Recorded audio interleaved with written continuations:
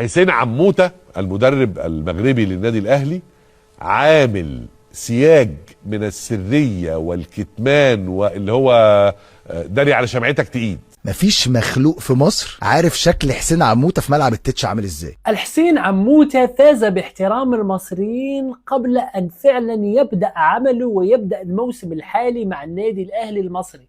عقليته العسكرية التي بدأت من نشأته في المدارس الداخلية والعسكرية بالمغرب شيء متطابق جدا مع عقلية النادي العظيم والنادي الكبير النادي الأهلي المصري. المدرب اللي أنا متوقع له النجاح الباهر والكبير، وبدون مبالغة سيكون أنجح مدرب في تاريخ.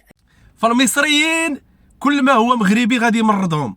فبعد استقطاب حسين عموتة لتدريب الأهلي المصري بعد أن ما تأهلش لدوري الأبطال، أنه بغاو يبنيو فريق وكذا، فغوتوا لحسين عموتة.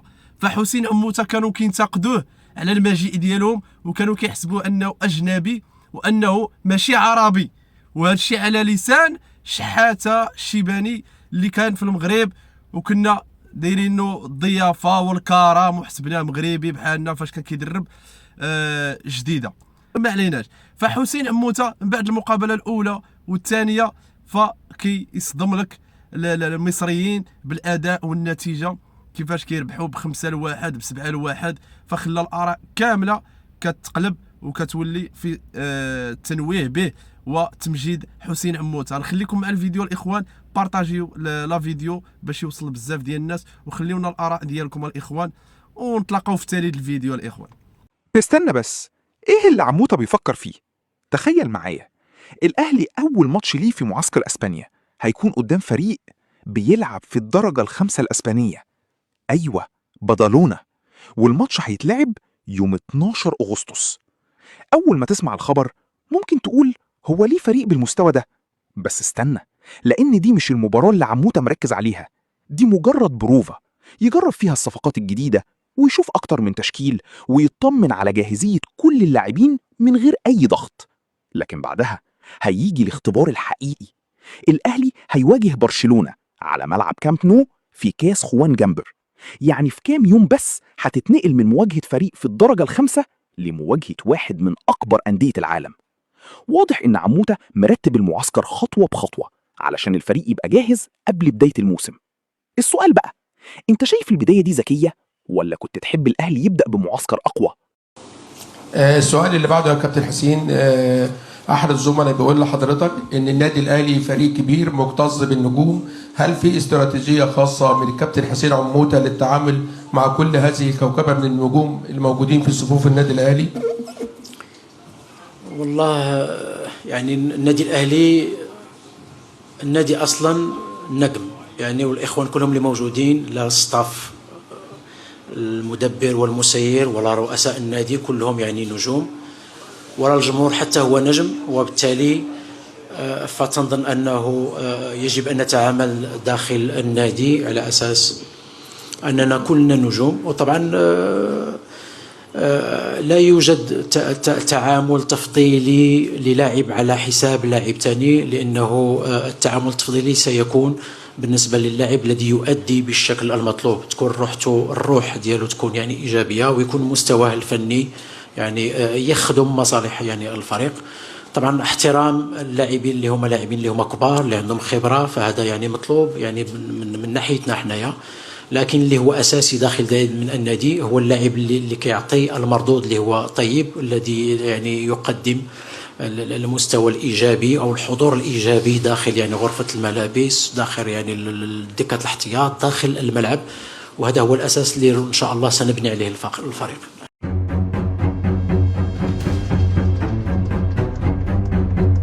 الحسين عموتة داخل الأهلي يعمل غربلة وكأنه مش جاي يدرب. الحسين عموتة راح يبهدل آسيا. نحن كلنا مسؤولية أمام جماهير النادي الأهلي. ده جاي يفتش في الدواليب.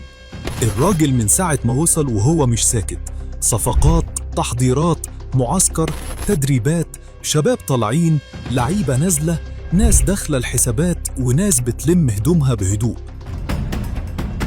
يعني الأهلي ما جابش عموتة، الأهلي جاب أبو موتة للعيبة اللي واخدة مكان على الفاضي. المدرب المغربي واضح جدا من البداية، مش جاي يوزع فرص مجانية، ومش جاي يقول ده لاعب غالي نصبر عليه، وده اسم كبير نخاف نزعله، وده أجنبي نستناه يمكن يفوق. لا يا باشا، عموتة ماسك الورقة والقلم وبيسأل سؤال واحد: هتنفع الأهلي الموسم الجاي؟ اقعد، مش هتنفع؟ الباب واسع. وأول ملف ولع مع عموتة هو ملف الأجانب، لأن الأهلي خلاص بقى عنده 5 أجانب في القائمة، والقصة هنا خلصت. مفيش كرسي زيادة، مفيش طب نستنى عليه، مفيش يمكن يرجع. ال5 اتقفلوا، واللي بره ال5 يبدأ يدور على مخرج محترم. وأول واحد في القصة دي أشرف داري. أنا أهلاوي. داري بقى عامل زي الضيف اللي القعدة خلصت والناس قامت، وهو لسه قاعد يقول طب الشاي فين؟ الأهلي عايز يمشيه بأي شكل، وده مش جديد. تقارير كتير اتكلمت إن اللاعب خارج الحسابات، ومش بس عشان مستواه مقنعش، ولا عشان الإصابات عطلته، ولا عشان الجمهور ما حسش إنه قلب الدفاع الأجنبي اللي يخليك تنام مطمن. لا، المصيبة الأكبر إن داري أجنبي، والأهلي خلاص قفل ال5. يعني من الآخر داري ملوش كرسي على الترابيزة. بس اللاعب مش هيقوم كده يقول لهم شكرا يا جماعة أنا ماشي. لا يا حبيبي، داري عنده عقد وعنده فلوس وعنده مستحقات، وبيقول لك عايزيني أمشي؟ شخلله، هاتوا عرض محترم، أو خلصوا مستحقاتي، أو شوفوا طريقة تليق بيا وبالنادي. ومن حقه طبعا. بس من ناحية الأهلي مفيش رفاهية. مكان الأجنبي في الأهلي بقى أغلى من إنه يتساب للاعب مش فارق. يعني داري أول اسم في دفتر الضحايا. بعده عندك رضا سليم. رد عليا رضا يا رضا اتدلع يا رضا. وده بقى داخل القصة وفي دماغه حتة مختلفة.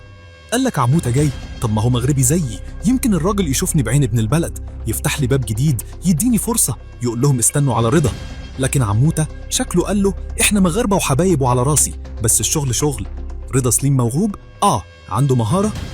عنده سوق في المغرب؟ بس السؤال عند عموتة مش اللاعب حريف ولا لأ، السؤال هينفعني في الأهلي دلوقتي؟ هيفرق؟ هيشيل مركز؟ يستاهل مكان أجنبي؟ والإجابة لحد دلوقتي شكلها مش في صالحه. الأهلي بيقلب في العروض، واللاعب عنده أسماء مهتمة من المغرب. الجيش الملكي ممكن يدخل، الوداد ممكن يبص، الرجاء ممكن يشاور عقله. بس طبعا الحكاية مش سهلة، في راتب، في عقد، في بيع ولا إعارة، في لاعب لازم يوافق، وفي الأهلي اللي مش عايز يطلع خسران. يعني رضا سليم مش بيطرد من الباب، لكن واضح إن الباب اتفتح قدامه، والموضوع مسألة وقت وشكل خروج. ونخش على كريستو. محمد الضاوي كريستو. محمد الضاوي كريستو، اللاعب التونسي اللي لما جه الأهلي الناس قالت خلاص ده جناح سريع صغير مهاري هيكسر الدنيا وهيعمل دوشة على الطرف. بس اللي حصل إن كريستو فضل في المنطقة الرمادي، لا هو خد فرصة كاملة، ولا لما ظهر قدر يقول للناس أنا لازم ألعب. فضل كده بين خامة كويسة ولسه محتاج وقت. والمشكلة يا جماعة إن الأهلي مش نادي ينتظر خامة 2 و3. الأهلي مش فاتح معمل تجارب. الأهلي نادي بطولات، جمهور، ضغط، وماتشات كل أسبوع. ولو أنت أجنبي المفروض تدخل تعمل فرق من أول لمسة. كريستو ممكن يبقى لاعب كويس جدا في مكان تاني، يلعب باستمرار، ياخد ثقة، يفتكر نفسه. لكن في الأهلي مكان الأجنبي غالي، ومش هيتساب لواحد لسه بنقول عليه ممكن. عشان كده ملفه مفتوح، يا إعارة محترمة، يا بيع مناسب، يا صيغة تراضي تحفظ للأهلي فلوسه وتدي اللاعب فرصة يبدأ من جديد. ومن الآخر كريستو مش ضحية ظلم، كريستو ضحية قاعدة الأهلي الجديدة، الأجنبي اللي مش هيفرق يشوف له سكة. نيجي بقى لجراديشار. لا مش ممكن جراديشار يسجل. جراديشار وده أكتر واحد عامل دوشة في الملف كله. الراجل كان ماشي في هدوء ناحية سيراميكا، الأهلي وسيراميكا بيتكلموا إعارة موسم، اللاعب يروح يلعب، الدنيا ماشية طبيعي. وفجأة يدخل ودية النصر ويسجل هدفين. يعني جراديشار قال لهم طب استنوا بس أما أسجل لكم هدفين قبل ما أمشي. طبعا لقطة محرجة، لأن اللاعب اللي انت بتقول عليه خارج الحسابات دخل وسجل وظهر جاهز، وبدأ الناس تسأل طب هو يمشي ليه؟ بس هنا بقى لازم نبقى فاهمين، هدفين في ودية حاجة حلوة بس هل هدفين في ودية يكسروا قرار قائمة؟ هل يخلوا الأهلي يغير حسابات الأجانب؟ هل يخلوا عموتة يفتح الملف من أول وجديد؟ دي صعبة، لأن جراديشار مشكلته مش إنه مهاجم وحش، مشكلته إن ال5 الأجانب اتقفلوا والأهلي ده عامل هجوم والمدرب عايز اختيارات واضحة. بس في نفس الوقت جراديشار ما خرجش ساكت، خرج وهو بيقول أنا موجود ولو مش هنا يبقى في حتة تانية، وده ممكن يخلي إعارته لسيراميكا منطقية، يلعب موسم يجيب أرقام، يا يرجع للأهلي أقوى يا يجيب عرض كويس والنادي يستفيد. يعني هو مش ملف فاشل، ده ملف محتاج إدارة صح. بعد ما نخلص من الأجانب ندخل بقى على المصريين، وهنا الموضوع أهدى شوية بس برضه في سخونة. أول اسم أحمد عيد. أحمد عيد جه الأهلي والناس شايفاه ظهير عنده مستقبل، لاعب دولي وعنده اسم، لكن في الأهلي اللاعب دخل الدوامة، لا مسك مكانه ولا فرض نفسه ولا الجمهور حس إنه بقى حل مضمون في الجبهة اليمين. والجبهة اليمين في الأهلي مش ناقصة زحمة، في أسماء، في خبرات، في حسابات، وفي مدرب جديد مش هيفتح دفتر مجاملات. أحمد عيد دلوقتي محتاج يلعب، الأهلي بيدور له على إعارة أو بيع أو عرض مناسب، لأن قعدته كده لا هتفيده ولا هتفيد الأهلي. هو مش لازم يبقى لاعب سيء عشان يمشي، أحيانا اللاعب بيبقى محتاج يطلع من الأهلي عشان يعرف يلعب كورة أصلا. بعده عمر كمال عبد الواحد. من عمر كمال، جميلة كمال. وده ملف مختلف. عمر كمال مش لاعب صغير ولا لاعب مجهول ولا واحد ما يعرفش الدوري، ده لاعب خبرة، بيلعب يمين شمال وسط جناح، يعمل لك كل حاجة إلا إنه يبيع فشار في المدرج.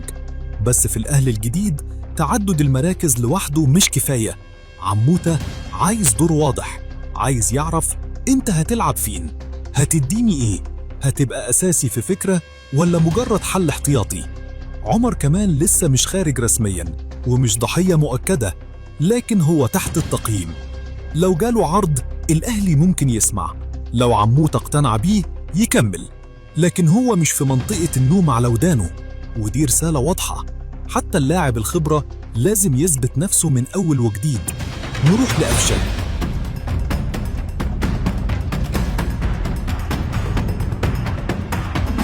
وأفشة ده ملف لوحده محتاج قعدة شاي، لأنك بتتكلم عن لاعب جماهيري، لاعب صاحب لحظة تاريخية، لاعب اسمه محفور عند الأهلوية بلقطة القضية. بس يا جماعة الكورة ما بتعيش على الذكريات. أفشة راجع من تجربة إعارة والاتحاد السكندري يعينه عليه، والجماهير هناك حبت اللاعب، وفي نفس الوقت أفشة نفسه متمسك بفكرة إنه يثبت نفسه في الأهلي.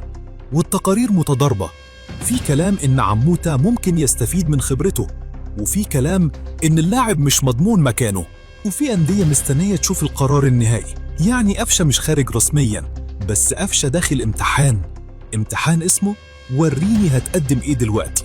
مش هنتكلم عن 2020 ومش هنتكلم عن القاضية ومش هنتكلم عن ذكريات. عمودة هيسأله سؤال واحد، هتديني إضافة في الملعب الموسم الجاي ولا لأ؟ لو أهلاً وسهلاً، لو لأ يبقى الاتحاد وغيره فاتحين الباب. بعده محمد شريف.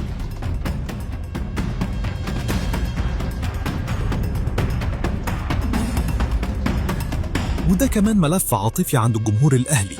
محمد شريف مش مجرد مهاجم عادي، ده لاعب سجل وفرح وكان لفترة من أهم مهاجمي الأهلي.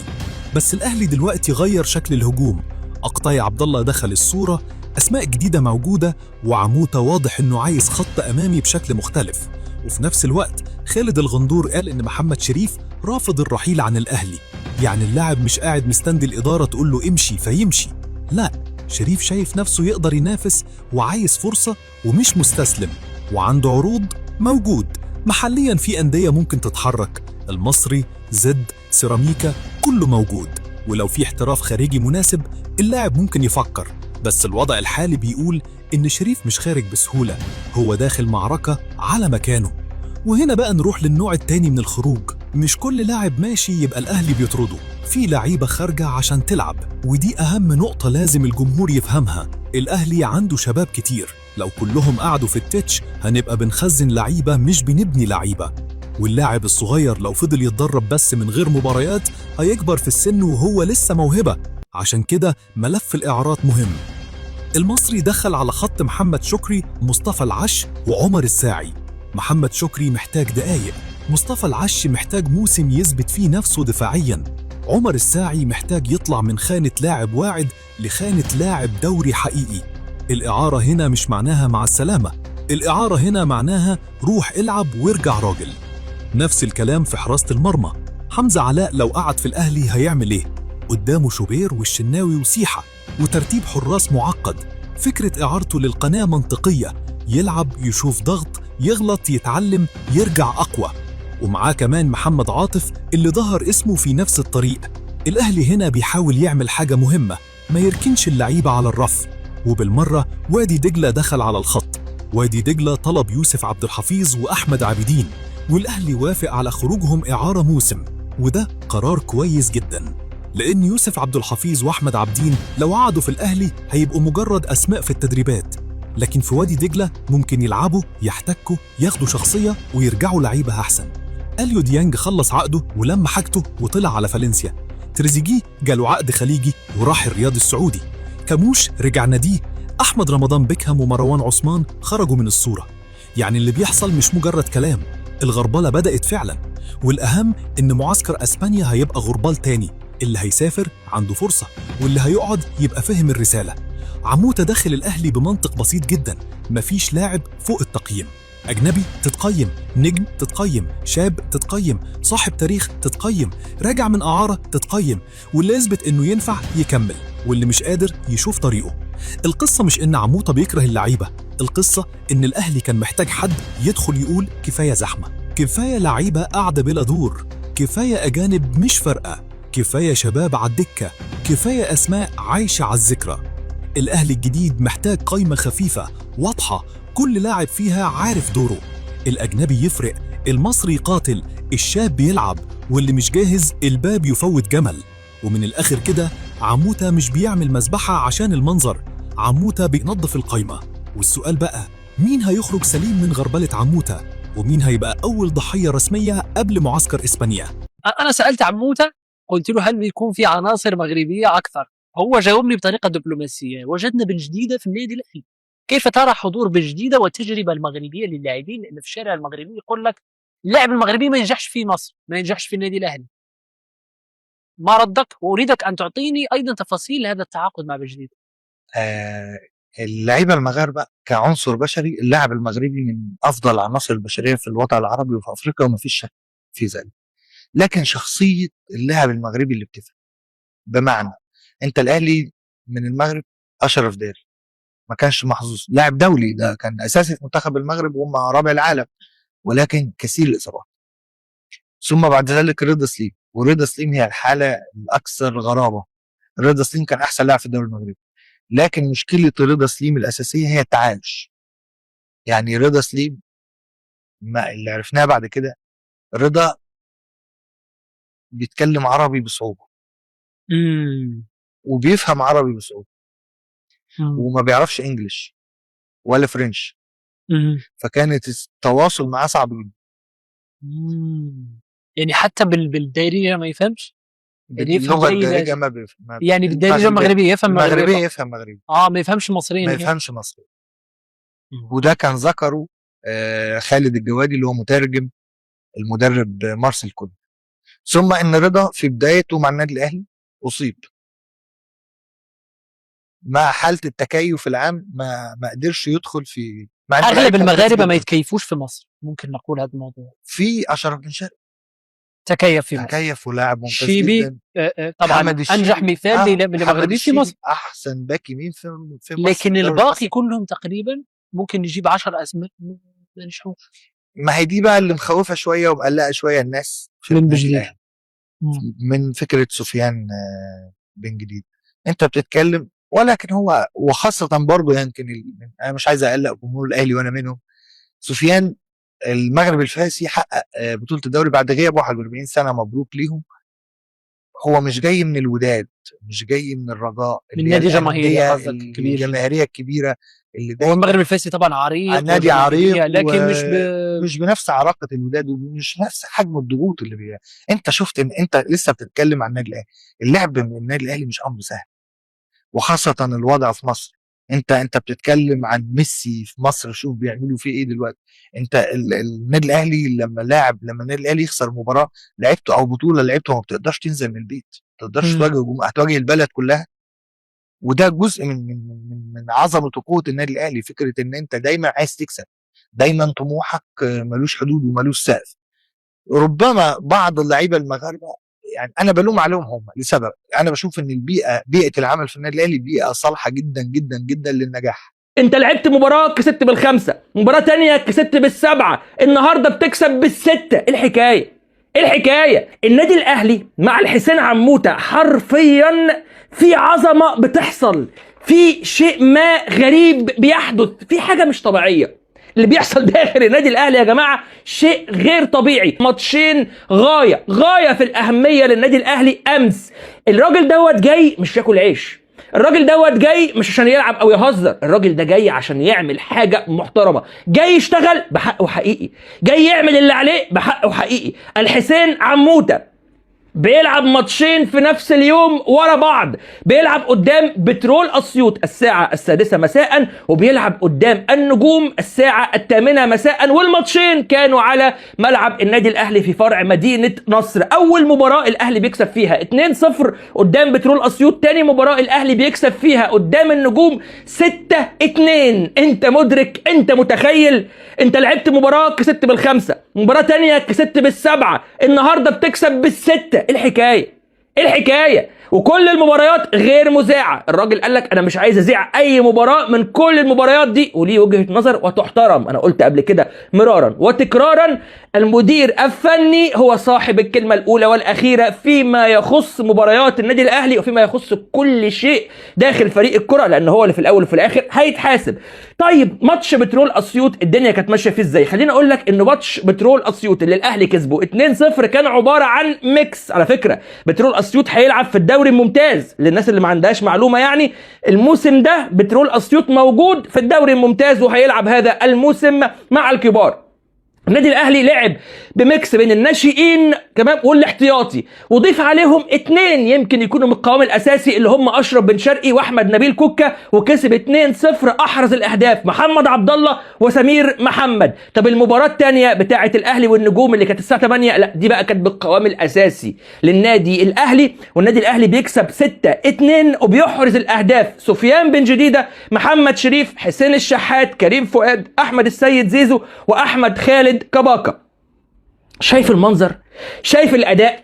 شايف الروعة اللي بتحصل؟ انا قلت قبل كده وهرجع اقولها تاني، انا متفائل بشكل كبير وكبير جدا بالمدير الفني الحسين عموتة، وعندي ثقة كاملة ان الراجل دوت هيحقق شيء كبير جدا مع النادي الاهلي هذا الموسم. الشيء اللي كاين الاخوان، شفتوا الاراء ديالهم وكيفاش التقلبات ديالهم. الان سبحان الله العظيم، ما بين كما تنقولوا عشيه وضحاها كانوا ضده، دابا ولاو من بعد 2 مقابلات ولاو في التنويه به. فإلا خسر عاوتاني 1 2 مقابلات غيوليو ضده او مقابله، وغيولي تسمع مغربي وملاش وكذا، وديك الهضره المصريه اللي ما عنديش معاها. ف هادشي اللي كاين. حسين عموتة كيبقى اطار وطني كفء كما تنقولوا، وديجا متوج بدوري الابطال، فما كاينش باش غيحلوا عليه فمهم. ودرب السد لسنوات، ودرب كزافي، درب راول، درب يعني اباطره ديال كره القدم. فحسين عموتة كيبقى اطار وطني ديالنا اللي كنفتخروا به.